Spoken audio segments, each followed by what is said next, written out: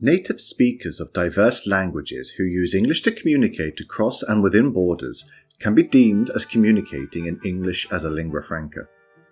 It's a form of intercultural communication and doesn't aim to meet native speaker norms. Lingua francas have been used for centuries, but never to the extent that English as a lingua franca is now being used.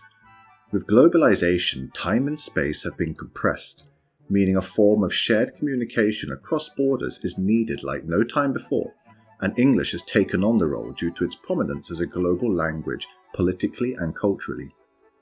Non-native speakers of English by far outweigh native speakers, and in their communities they have adapted the language to suit their needs, which strays from traditional native norms. English as a lingua franca focuses on function over form, prioritizing efficiency over grammatical and lexical accuracy. Those involved in the interaction adjust to each other's social, linguistic and cultural backgrounds to create a hybrid form of communication. It represents multiculturalism and fluidity among a wide variety of language users globally. There is no one form of English as a lingua franca, but an endless array of variations. English as a lingua franca is an example of a new variety of English that when taught can reflect fluid ethno-linguistic identities that have become prominent in the 21st century.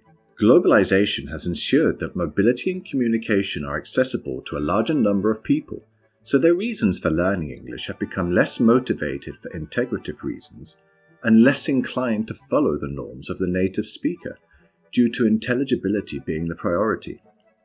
This makes English as a lingua franca a valuable asset in today's world, and it opens the debate as to whether it should even be taught over more recognized standard forms of English such as British or American.